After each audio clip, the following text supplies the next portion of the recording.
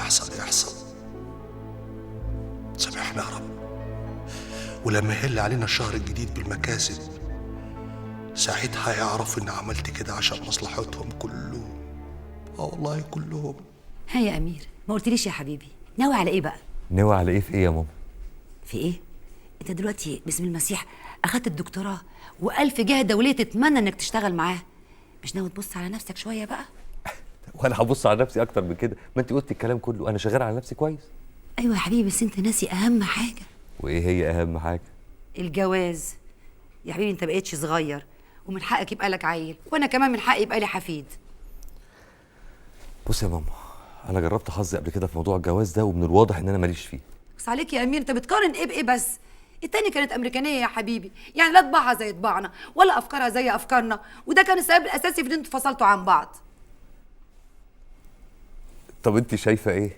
يا حبيبي انا شايفه ان انت تدور على واحده زينا مننا تفهمك وتقدرك وتريحك. هو كلامك موزون. خلاص يا ستي دوري لي على عروسه. بجد من بكره هيكون عندك دستة عرايس. شويه دسته. وفعلا شويه. هو انت اي حد يا حبيبي؟ ده انت امير يعقوب على سن وروح. انت اللي جميله يا قمر يا حبيبي. الو. الله يسلمك، مين؟ يا ابن اللذينه، جناب الباشا شخصيا بيتصل بيا. وحشني جدا يا سيف، اخبارك ايه؟ لسه واصل من يومين يا سيدي. الله يسلمك يا حبيبي، اخبارك ايه؟ اخبار الشله كلها ايه؟ طمني عليكم. هايل. يا ريت خلاص ظبط معاهم ميعاد ونقعد قاعده من بتوع زمان.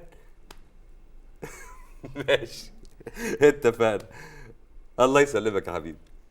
يلا سي يو، باي باي. يا بنات يلا يا بنات، المحلات قربت تقفل. ايوه يا ماما، احنا خلاص جاهزين اهو. يلا يا حبيبتي. استنى يا بطه. خد يا بنتي، هاتي كل اللي نفسك فيه، ما تحرميش نفسك من حاجه، انت عروسه. ربنا يخليك لينا يابا وما يحرمناش منك ابدا، ده احنا عايشين على حسك في الدنيا.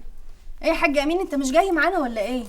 لا انا عندي مشوار تاني هقضيه، هخش اغير هدوم وانزل بعديكم. اتفضلوا.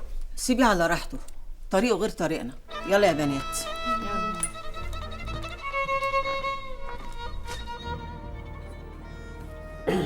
بعدين ايه يا عم المكان القباه اللي انت جبنا فيه ده؟ هو انت شويه عندنا ولا ايه يا عم امين؟ وبعدين ده ما هيكونش اخر تعامل بيننا، فانت من هنا ورايح لازم تدلع نفسك. ايه تدلع نفسك دي؟ ايه؟ وهتكون فاكر ان انا اللي هدفع الحساب؟